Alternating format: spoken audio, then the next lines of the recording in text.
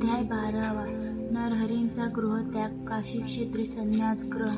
हा अध्याय पठन केल्यास आपणास कर्तव्यपूर्तीसाठी केलेले प्रयत्न सफल होतील. अध्याय 12 नरहरींचा गृहत्याग काशी क्षेत्री संन्यास ग्रहण. श्री गणेशाय नमः. सिद्धयोगी म्हणाले, नामधारक मातोश्रींनी नरहरींना संन्यास घेऊ नका असे सांगितले. तेव्हा ते म्हणाले, आई, तुम्ही मला थांबायला सांगता, पण आयुष्याचा काय भरोसा? देह अनित्य आहे, म्हणून जोपर्यंत हा क्षण भंगुर देह साथ देत आहे तोपर्यंत धर्माने वागून पुण्य करणे हे प्रत्येक मनुष्याचे आद्य कर्तव्य आहे. ज्याने मृत्यूला जिंकले आहे त्यानेच तुमचा उपदेश मानावा. सूर्य उगवताना मावळतो त्याप्रमाणे आयुष्य क्षणोक्षणी संपून जात असते.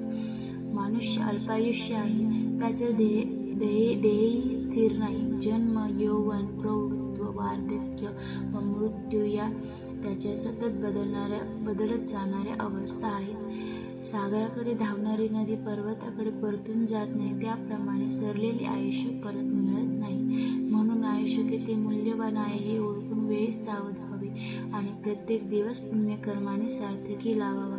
जे लोक जीवित्वाचे मोल जाणत नाही ते प्रपंचाला सर्वस्व मानतात. ते पशुच होत, पण ज्याला आत्मप्राप्ती अर्थात अमरत्व प्राप्त करायचे आहे त्याने अविलंब प्रयत्नरत व्हावे. वेळीच परमार्थ साधन करावे आणि स्वहित साधावे. मी तेच करणार आहे, म्हणून मला अडवू नका. नरहरींच्या मुखातील ते बोधवचने ऐकून त्यांचे माता पिता व उपस्थित लोक थक्क झाले. तेव्हा आम्हा काकुळतीने म्हणाले, नरहरी, तुम्ही माझे कुलदैवत आहात आणि मला 4 पुत्र होतील असे वचन दिले आहे, म्हणून मला एक पुत्र होईपर्यंत थांबा आणि त्यानंतर जा.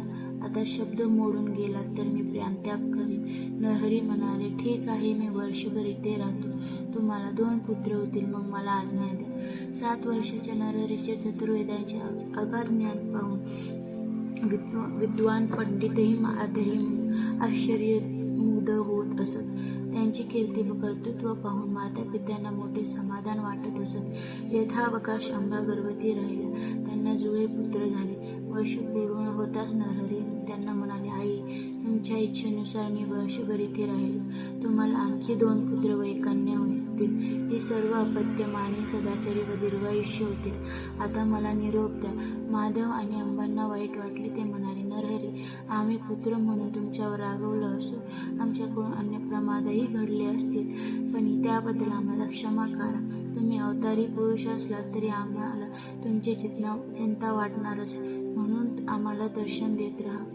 नरहरी म्हणाले, तुमची भावना मी जाणतो, म्हणून तुम्ही ज्या वेळी माझे स्मरण कराल त्या वेळी तुम्हाला भेटण्यासाठी येईल. तुम्ही सुखात आनंदात जगाल. मी तुम्हाला 30 वर्षांनी पुन्हा येऊन भेटेन. आता मला निरोप द्या. मी बद्रिकावनास जाणार आहे. नरहरी ग्राम सोडून निघाले. तेव्हा अनेक लोक त्यांच्या दर्शनासाठी आले. माधव आणि अंबा त्यांना निरोप देण्यासाठी नगरवेशीपर्यंत गेले. नरहरींनी त्यांना श्रीपाद वल्लभ आणि दत्तात्रयाच्या रूपात दर्शन दिले. तेव्हा दोघांनाही धन्य धन्य वाटले. नरहरी आणि आधी काशीला गेले. तिथे विश्वनाथांचे दर्शन घेऊन काही काळ राहिले. तिथे कृष्ण सरस्वती नामक एक वयोवृद्ध तपोवृद्ध यती होते.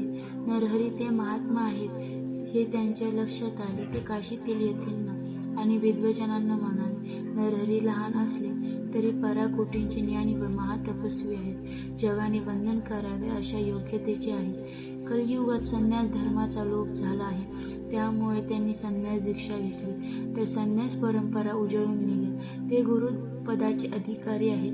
लोकांना अनुग्रह देण्यास समर्थ आहेत. ते लोकांना पावन करतील आणि पाखंडीची तोंडे बंद करतील. हा विचार सर्वांना पटला. मग काशीतील शास्त्री, पंडित, तपस्वी यती यांनी नरहरींची भेट घेतली व म्हणाले, सध्या संन्यास घेणे हे निषिद्ध मानतात. लोक संन्यासावर टीका करतात. हे कुठेतरी थांबले पाहिजे. म्हणून तुम्ही संन्यास दीक्षा घेऊन या प्राचीन परंपरेचा उद्धार करा आणि संन्यासाश्रमास पुन्हा प्रतिष्ठा मिळवून द्या. त्यांची विनंती मान्य करून नरहरींनी कृष्ण सरस्वतीकडून विधिवत संन्यास दीक्षा घेतली. नरहरी सुज्ञ सरस्वती झाले. ते ऐकून नामधारकांनी विचारले, नरहरी हे दत्ताचे अवतार आणि स्वतः जगद्गुरू असूनही त्यांनी गुरु का केले? कृष्ण सरस्वतींची गुरु परंपरा काय आहे? सिद्ध म्हणाले, श्रीकृष्ण जगचालक असूनही सांदीपनींना गुरु करून त्यांनी गुरुपदाचे व गुरुपरंपरेचे महाभेद ठेवले. नरहरींनीही तेच केले. त्यांच्या परंपरेचे मूळ गुरु शंकर, त्यांचे शिष्य विष्णू आणि त्यांचे शिष्य ब्रह्मदेव या क्रमाने वसिष्ठ, शक्ती, पराशर, व्यास, शुक्र, गौडपादाचार्य, गोविंदाचार्य, शंकराचार्य, विश्वरूपाचार्य, ज्ञानबोधगिरी, सिद्धगिरी, ईश्वरतीर्थ, नृसिंहतीर्थ, विद्यातीर्थ, शिवतीर्थ, भारतीतीर्थ, मलयांद, देवती सरस्वती, यादवेंद्र सरस्वती व कृष्ण सरस्वती अशी गुरुशिष्य परंपरा आहे.